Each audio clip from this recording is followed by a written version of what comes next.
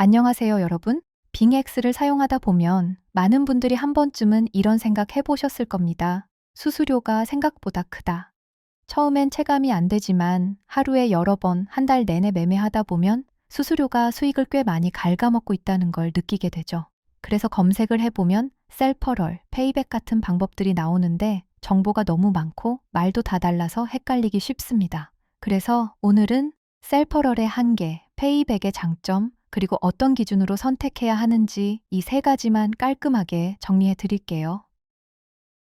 1. 셀퍼럴 방식의 한계와 리스크. 셀퍼럴은 구조부터가 복잡합니다.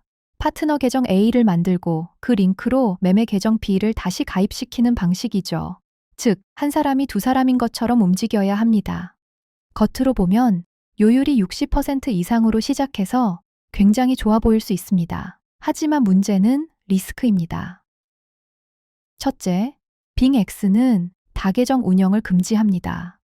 같은 사람이 계정을 2개 이상 쓰는 건 규정 위반이에요. IP, 기기 정보, 지갑 이동 패턴은 거래소가 계속 추적합니다. 적발되면 계정 정지, 누적 페이백 몰수 같은 상황도 충분히 발생할 수 있습니다. 둘째, 관리 자체가 번거롭습니다. VPN, 기기 분리, 로그인 관리까지 신경 쓸 게 너무 많아지고 매매 타이밍을 놓치기 쉽습니다. 셋째, 요율이 불안정합니다. 처음엔 60%를 받다가 심사 이후 40% 이하로 떨어지는 경우도 많습니다. 마지막으로 규정을 어긴 상태로 매매한다는 심리적 부담도 큽니다. 결론적으로 셀퍼럴은 단기적으로는 좋아 보여도 리스크가 너무 큰 방식입니다. 이 페이백 방식의 장점, 반면 페이백은 훨씬 단순합니다. 계정 하나만 사용, 인플루언서 링크로 가입, 등록만 하면 끝. 빙엑스는 다계정을 금지하기 때문에 하나의 계정으로 공식 링크를 통해 가입하는 건 문제가 되지 않습니다. 즉, 규정을 지키면서 안정적으로 수수료를 돌려받는 방식입니다. 혜택도 충분히 큽니다. 기본 할인 20%에 추가 페이백을 더하면 총 최대 68%까지 수수료 절감이 가능합니다.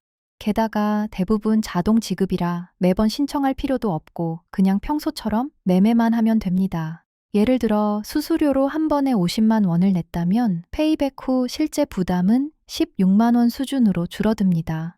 거래를 반복할수록 이 차이는 점점 커집니다. 무엇보다 규정을 지킨다는 안정감 덕분에 멘탈 관리에도 훨씬 유리합니다. 3. 페이백 고르는 기준. 물론 모든 페이백이 다 좋은 건 아닙니다. 꼭 세 가지는 확인하세요. 첫째, 자동 지급인지. 수동 지급은 지연, 미지급 리스크가 있습니다. 자동 지급이 훨씬 안전합니다. 둘째, 최종 수수료율 몇 퍼센트 페이백이 아니라 실제로 내가 얼마를 내는지가 중요합니다. 셋째, 안정성. 빙엑스는 인플루언서를 주기적으로 심사합니다. 오래 운영된 곳일수록 요율이 안정적입니다. 부가 혜택이 있다면 추가로 챙길 수 있겠죠. 오늘 영상 참고하셔서 안전하고 효율적인 거래 하시길 바랍니다. 감사합니다.